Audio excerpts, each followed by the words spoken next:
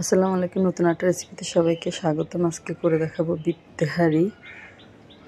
এই জন্য আমি একটা বড় প্যান নিয়ে নিয়েছি। প্যানের মধ্যে আমি প্রায় 1 কাপ পরিমাণ সরিষার তেল দিয়ে দিয়েছি, আর এলাচ, দারচিনি, লবঙ্গ, তেজপাতা, আর দিয়ে দিলাম অর্ধেকটা পরিমাণ জয়ত্রী। আর তেহারি রান্নায় অবশ্যই সরিষার তেল ব্যবহার করতে হবে। এরপর আমি দিয়ে দিলাম এখানে 1/2 কাপের মতো পেঁয়াজ কুচি। দিয়ে পেঁয়াজটা তেলের সাথে একটু সময় নিয়ে ভেজে নিব, একেবারে গোল্ডেন করব না। সামান্য একটু ভাজার পর আমি এখানে দিয়ে দিলাম 3 চা চামচ, উঁচু 3 চা চামচ আদা রসুন বাটা। তারপরে ঝাল যে যেমন খান সেই হিসেবে কাঁচামরিচটা দিয়ে দিবেন। যেহেতু এখানে কোনো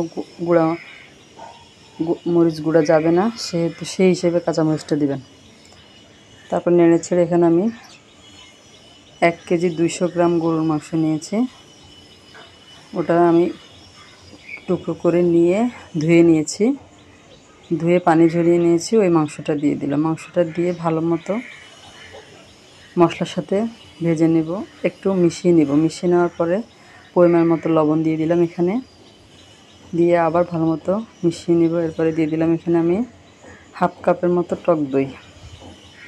টক দই দিয়ে আবার ভালো মতো মিক্স করে নেব।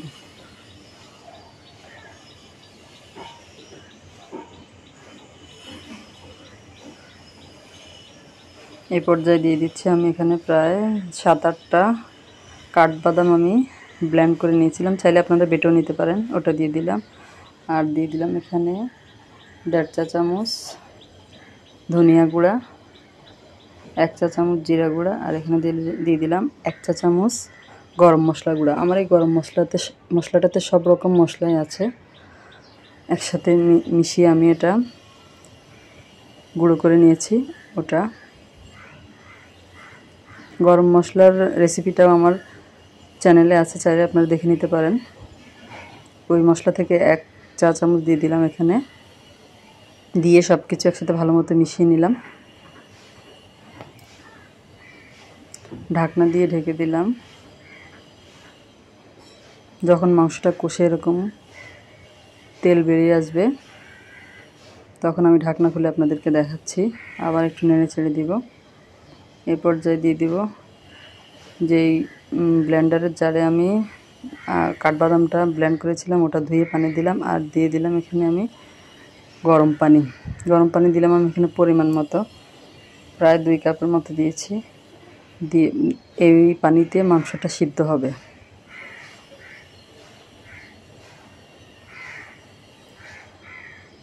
এই পর্যায়ে আমি অর্ধেক জয়ফল এরকম গ্রেটারে গ্রেট করে দিয়ে দিচ্ছি।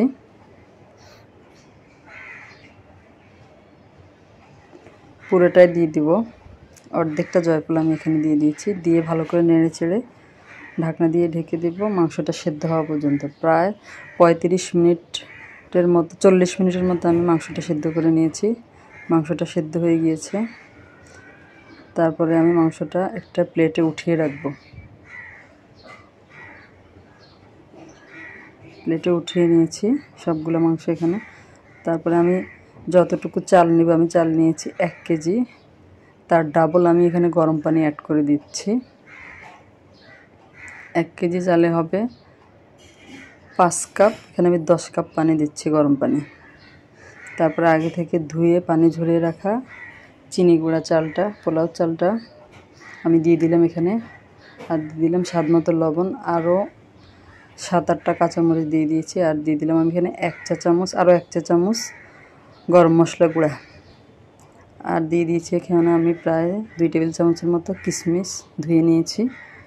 সব কিছু একসাথে দিয়ে ভালো মতো যখন বলকটা উঠবে, তখন আমি রান্না করে রাখা মাংসটা দিয়ে দিব। প্লেটটা ধুয়ে একটু পানি দিয়ে দিব। দিয়ে নেড়ে চেড়ে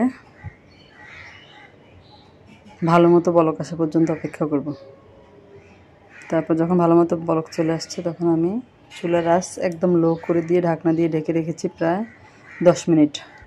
10 মিনিট পর আপনাদেরকে আমি দেখাচ্ছি যে এটা সুন্দর হয়ে গিয়েছে। মাংস তো আগে সিদ্ধ করা ছিল, আর পোলাও চালগুলোও সিদ্ধ হয়ে গিয়েছে। গরম পানি দেওয়ার কারণে এই পোলাওটা কিন্তু অনেক ঝরঝরা হবে। তারপরে আমি এখানে একটু বেরেস্তা দিয়ে দিলাম, আর একটু 2-3 চামচ ঘি দিয়ে দিয়েছি। ব্যাস তৈরি হয়ে গেল আমার। আপনাদেরকে আমি সার্ভ করে দেখাচ্ছি। খুব সহজে ডিপ তেহারি রান্না করে দেখালাম। আপনারা বাসায় ট্রাই করবেন। রেসিপি কেমন লাগবে জানাবেন। আজ এই পর্যন্ত। আল্লাহ হাফেজ।